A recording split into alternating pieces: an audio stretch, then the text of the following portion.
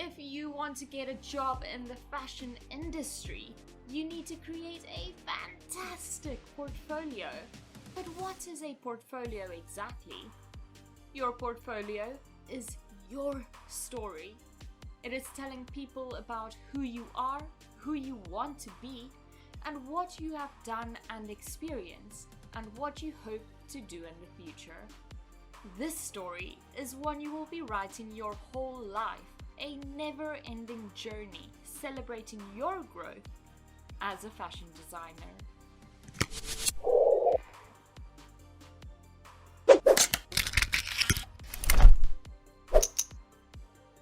Hello my lovely designers, you have reached your final lesson of Module 3. Let us end Module 3 on a high note, starting with your lesson quote. The nature of a portfolio is that it is always a work in progress. Today's objectives are to recognize the significance of a portfolio, evaluate portfolio content, design an outstanding portfolio, distinguish between a resume and a CV, and create your own resume. Welcome to Lesson 8, the last lesson of Module 3, titled Build a Portfolio. Do you know what a portfolio is? Do you think it is necessary to have one? Yes, yes, and yes. Come, let me tell you all about it. A portfolio is a body of work or an assortment of work to showcase your skills and your experiences to potential employers.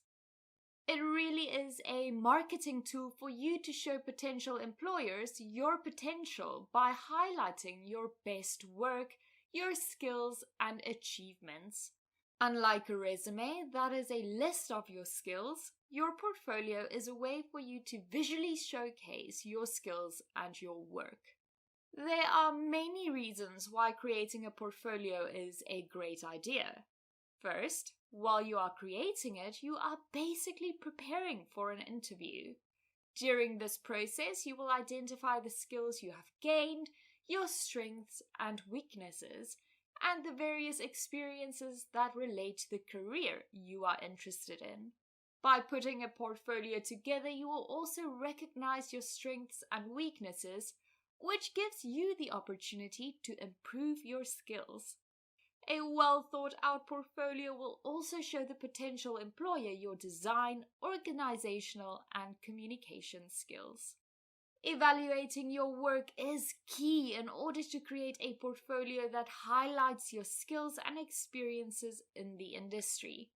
It is important to note that even though this is a professional document, it should still reflect your own creative style. There really are no rules when it comes to the creation of your portfolio because it is such a personal journey, but the following guidelines will hopefully help you a little bit and give you some direction. So let's look at some things to include. It needs a cover page and a table of content. It also needs a statement of originality. This little paragraph will state that everything you have included in your portfolio was created by you. You will also need a short description of yourself and your work philosophy. And then you will include work samples. Now, it's important to have a variety of samples, but less is more. But we will talk about that a little bit later. And then you will need your resume. And if you want to add more things, you can add an addendum. This you can refer to throughout your portfolio. This is a great idea to keep your portfolio neat and to avoid it looking too cluttered. Even though portfolios come in all shapes and sizes and should reflect your personality, it is important to consider what to include and what to leave out. You should thus critically analyze your work and be able to distinguish between what is relevant and what is unnecessary. Let's take a look at some things to avoid when putting your portfolio together. Adding too much. I know it can be quite hard to resist the temptation to include everything, especially when you want to showcase all of your skills and really impress the viewer, but it can be counterproductive. Instead of overwhelming the viewer, only include the best of the best work, showcasing your strengths. Next, the story of your life. Even though a description or introduction is necessary, people don't want to know your whole life story. Keep the information concise and relevant. And then final design.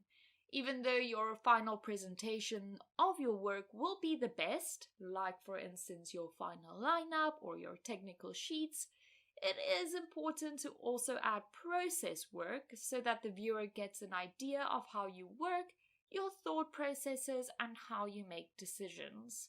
And then variety. It is important to showcase most of your skills, so try and stay away from only presenting one kind of work. So in other words, aim to present a range of different types of work. So now you know what a portfolio is and the purpose of a portfolio and the significant role it plays in the fashion designer's career. Now is the time to create one. How you present your portfolio is really up to you and the potential employer. If your employer asks for a digital portfolio, you need to create one and save it as a PDF. As we know by now, the PDF format is great because it is an exact duplicate of your work created. If you are wondering how to create a portfolio, you can always create the different sections and grab it and save it all together in a PDF format. If you have a potential employer asking for a physical copy, make sure to bind it professionally. I recommend using a wide binder as this allows the viewer to find information easily. Also, use quality paper. Not only will this feel more professional, but the printing will also probably be of a higher quality. When it comes to printing and binding your portfolio, I suggest going to your local printing shop to do it professionally. After all, this is your marketing tool, so try and make it look as impressive as possible. And even if you are creating a physical portfolio, always have a digital version. A fashion designer's portfolio will be a bit more creative than other portfolios because of your line of work. It is more creative and practical, right? Creative portfolios highlight your accomplishments and your practical abilities. A fashion designer's portfolio should showcase all of your skills, which include drawing and illustration, the ability to create professional mood and inspiration boards, your design skills, your CAD skills, as well as your pattern making and construction skills. So now you know what a portfolio is, the purpose of it, and the important role it can play in your career, but what if you have nothing to show? Don't worry, we have all been there. As new designers, it is quite difficult to find clients, so all you need to do is create some fake projects to boost your portfolio. If you struggle to come up with fake clients or briefs, please feel free to visit some of the following sites: Good Brief, Fake Clients, Briefs, Sharpen.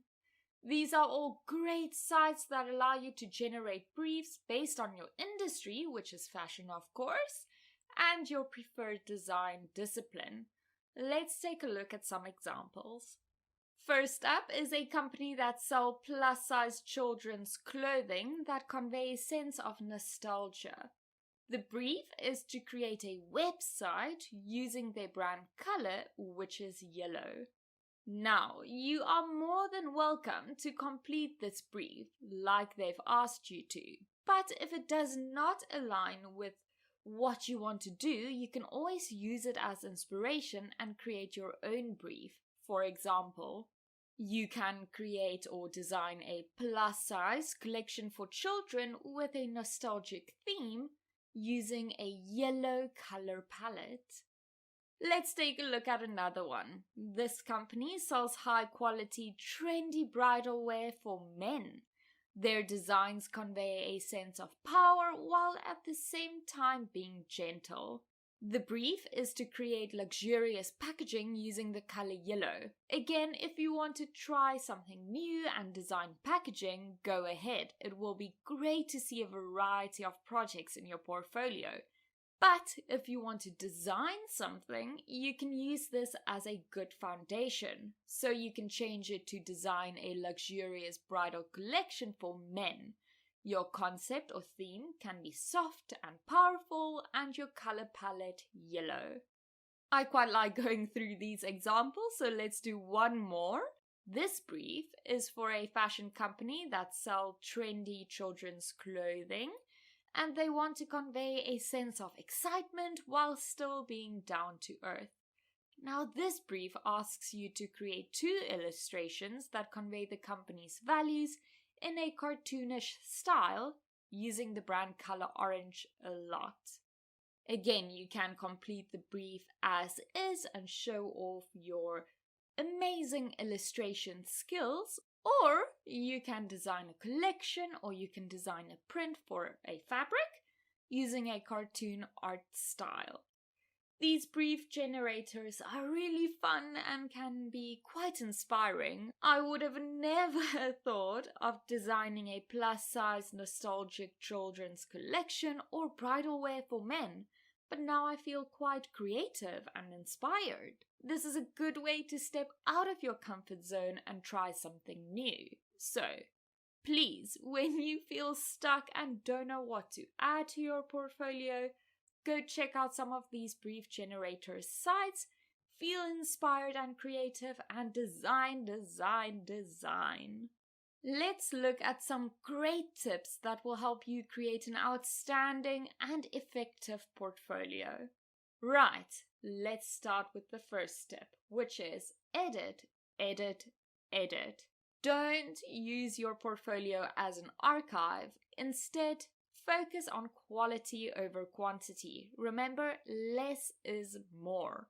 Profession over hobbies. Stay away from showcasing your personal hobbies. Instead, focus on showcasing skills that align with the job you want in the industry. And always give context. Even though visuals can tell a great story, it is important to always guide the viewer with relevant context. It is important to have a good balance between visuals and text. Keep this in mind when thinking about the layout and composition of your portfolio. Before I tell you about Module 4, I just wanted to show you guys how much you have progressed since you've started this course. It is always a good idea to look back and recognize the incredible amount of growth you have experienced over the past few months. Well done, designers. I feel so lucky to be able to walk this journey with you. Designers, if you ever wonder about what is coming up next, you can always check out your course outline in your starter pack. Remember, this course has 4 modules that you have to complete to receive your professional diploma in fashion design. Your next module is Module 4, and it is all about finding your niche and how you can use all of the skills you have acquired while doing this course to build your own brand and start your career as a fashion designer. So really looking at the business of fashion. But before we look at how to build a brand, let me tell you about the first lesson of Module 4. Magic happens when you take your basic pattern blocks and manipulate them to bring your vision to life. The next time we are together, we will explore different pattern making techniques to turn something ordinary into something extraordinary. I hope you are as excited as I am about creating these magical fashion pieces. Now, let's talk about resumes. Do you have one? When you start job hunting, you will hear and see the word resume everywhere. A resume is a document that lists your personal details, education, work experiences, your skills, and any relevant achievements. You need to create a resume for yourself because most employers consider this essential information when applying for a job. This helps them weigh up whether or not you are suitable for the job. So, not only is it essential for the employer, but plays a big role in your future. So we need to make sure that your resume stands out from the rest. But is a resume and a CV the same thing? In some cases, they are used interchangeably, but there are subtle differences between the two. Although both are professional documents used in job applications, the primary differences are length, the information included, and the purpose of the document. So what is a CV and what is a resume? A CV is usually a bit longer than a resume because it includes more information on your academic background. This can often become quite a lengthy document as you are required to list your education, your experiences, and certification. In other words, a CV is more of a credential-based document. A resume, on the other hand, is a more competency-based document showcasing your skills, work experiences, and achievements. Unlike a CV, resume should also be as concise as possible. Try make your resume no longer than 1 page. Your resume is your personal marketing tool and should convince potential employers that you are worth interviewing. So let's look at the things that you need to include on your resume. Your personal details. Here, you list your name, your title, so your job description title, and contact information. This includes your email address and your phone number. If you want to, and it is up to date, you can add your LinkedIn profile. Then you need a short description. This is just a sentence or two to help you pitch or sell yourself, outlining your skills and your goals. For example, I am eager to learn and I am passionate about sharing my knowledge with my students. Next, you will either include your work experiences or your education, whichever one is more recent. When it comes to order, always place the most recent one at the top. So, if you have worked 2 years ago, but you have taken my course this year, then you would place education first. Do you guys get that? The more recent it is, the higher up it is placed on the document. So let's say education is first. Here, you list all of your school or university names and the qualifications that you have obtained, and this should be accompanied with a date. Again, the most recent qualification should be at the top. If you have received any relevant awards or achievements, you can add it here too. And then you can add your work experience. Now you can list your relevant work experiences. This should include your job title, the name of the company you have worked for, the years you have worked, and your key responsibilities and achievements. If you have done any internships or volunteer work, you can add it in here too. And now we include your skills. To support and also reinforce the information you have already given, you can list your skills, your strengths, and your interests. When listing skills, it is important to have a mixture between hard and soft skills. Now, hard skills refer to techniques you have learned that are quite job-specific, like, for example, pattern making or garment construction, where soft skills refer to your people skills. Adding both soft and hard skills will help to demonstrate that you are a well-rounded candidate. Again, only list the most relevant skills. And then your references. When applying for a job, most potential employers will reach out to your previous employers who can vouch for your abilities, So you need to include these references into your resume. You need to include the company details and the contact details. Remember, always ask before you add someone as a reference or state that they are available on request. So let's quickly look at an example of what a resume should look like. So here we have your personal details, we have your introduction, we have your education, we have work experiences. Again, the more recent, the higher up on the list it is. And then your skills.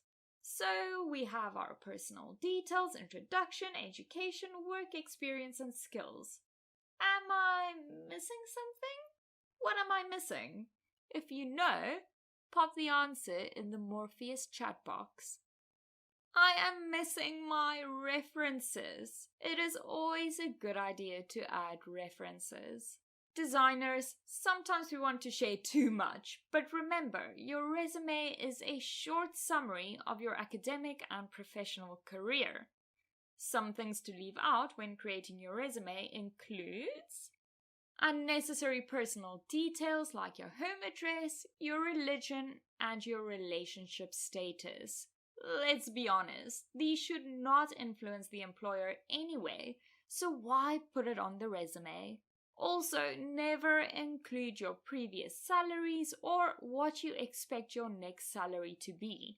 This will be discussed with you during the interview. And if your job is not relevant to the role you are applying to, leave it out. There really is no need to list every single job. This can make the resume look more cluttered anyways. Let's quickly talk about the length of your resume. It should be short and sweet. Do you guys know what an elevator pitch is? The term elevator pitch refers to someone giving a quick explanation or brief message or get the listener excited about who you are and the time it takes to ride an elevator. Now, an elevator ride takes roughly 30 seconds from the top floor to the bottom floor, so you can imagine that this compelling speech should summarize who you are, your skills, and your ideas. This self-marketing tool is basically, in my opinion, the verbal version of a resume. Your resume is basically your elevator pitch, like I've said. You want to make a good impression without taking too much time away from the employer. If you have less than 10 years of professional experience, your resume should be between 1 or 2 pages, not more.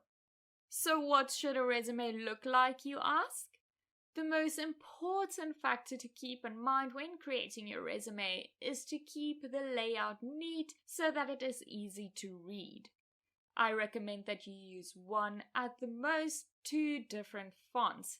Consistency can help make the document appear more professional and also make it more legible. Go for bullet points and paragraphs to separate the information. This will also create a better layout and flow and make it easier to digest. And guys, this is important. Check that your grammar and your spelling are correct. Take some time to proofread your resume before handing it to someone important. Disregarding spelling and grammar show that you are not thorough or serious about the position, and we don't want that. Now, you can create a traditional resume, or since you are designers, you can create a more designed resume to showcase your creativity, your design capabilities, and highlight your skills in a way some words on a plain piece of paper just can't. These non-traditional resumes can really make you stand out as a creative professional. So let's look at some tips. First of all, if you want to create a creative resume, please feel free to check out templates online like the one in the image.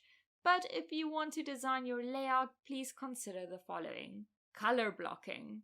Don't be afraid to use color throughout your resume, especially if you want to draw attention to certain areas since color can lead the eye. Since color can also evoke an emotional response, try and choose a color that matches your personality. Color blocking is not just for clothing, but you can also incorporate it into your resume to create an interesting layout that will help with the comprehension and also the flow of your resume. As you can see in the image, the red block at the top of the page draws your attention to the name and title of this person, making quite a bold impression. The color was repeated in the left column, highlighting the contact information. Show yourself. It must be quite a job to read through hundreds and hundreds of resumes a day, right? So you can imagine when someone sees a face on the page, it can put a smile on their face. It does not have to be a massive photo, preferably not, but it really helps the viewer connect with you and also makes your resume stand out from the rest. Design layout. Even though more creative, it is important to remember that this is still a professional document and should have a clean, organized, and professional appearance. Feel free to experiment with different fonts to convey your style and personality. Just make sure that the font is still easy to read. When designing the layout, it is also important to not be afraid of blank spaces. I would rather prefer some blank spaces than a cluttered resume. Less is more when you want to create a balanced design. You can see quite a lot of white space in this image, but a lot of information in the text areas, creating a balanced resume. And then add infographics. Since you are more creative, you can make use of illustrations, graphs, and infographics more if you want to draw attention to certain areas. Infographics are visual representations you can use to quantify your skills in a way words can't. I am talking about little graphs, bar charts, timelines, and icons. Let me show you. So here you can see the use of infographics. Easy to use, easy to understand and read, and it also helps with the layout and design of your resume. Some other tips to keep in mind: make sure that it is in chronological order. Always place the most relevant information first and keep it concise and simple. Even though it is quite a straightforward document, the composition and layout should be considered. I suggest you create your first resume by using existing layouts or templates. This way you can get an idea of what a resume should look like, and it will help you create a more clean and professional looking document. And finally, it is important to be honest. This is probably the most important one. Don't try and cut corners because you will get caught. As a fashion designer, your portfolio is one of the more challenging things to do. Why? Well, there are no rules. There is no right way and no wrong way, which means there is only your way. Actually, there is one rule. You need to tell your story of who you are as a fashion designer and where you want to go, your inspiration, dreams, and what you are passionate about. Guys, because a portfolio takes quite a bit of time to put together, I don't expect you to create one for this lesson challenge, but I do want you to start thinking about it. What I do want you to create, though, is a resume for yourself. Remember to include everything that is required, look at different templates, and create something professional. And keep it concise, short, and sweet. If you feel like sharing your resume, you are more than welcome to do so using the hashtag #SureFashionResume. Remember, this will have your personal information on it, so if you don't want to share, that is totally understandable. Or if you want to share, maybe just blur that out if you don't want any random people to contact you. Please don't forget to complete your lesson assignments. Even though these 20 questions do not count towards your final mark, it will definitely help you prepare for your final module assignment. Talking about your final module assignment, as you are aware, you have finished all the lessons for Module 3, which means it is time for you to complete your module assignment. This one will count for 25% of your overall mark for the course. I hope you all do well and that you get the marks you deserve. Good luck, guys! A big congratulations to you for finishing not 1, not 2, but 3 modules. I know studying online takes a lot of dedication, perseverance, and passion, so you can be super proud of yourself. I know I am. I promise you all of the time and energy you have put in will show. Thank you so much for choosing to walk this fashion journey with me. I look forward to having all of you back in my virtual classroom for Module 4. In the beginning of the lesson, our lesson quote said the nature of a portfolio is that it is always a work in progress. We, as humans, we are quite remarkable. We learn something new every day. We never stop learning, growing, and evolving. So it makes sense that our portfolio and your resume also never stops growing and evolving. It is important to every now and then go back and update your portfolio to highlight all of your new skills and experiences. Are you ready to start writing your story to showcase who you are as a designer? Until next time, as always, stay fashionable.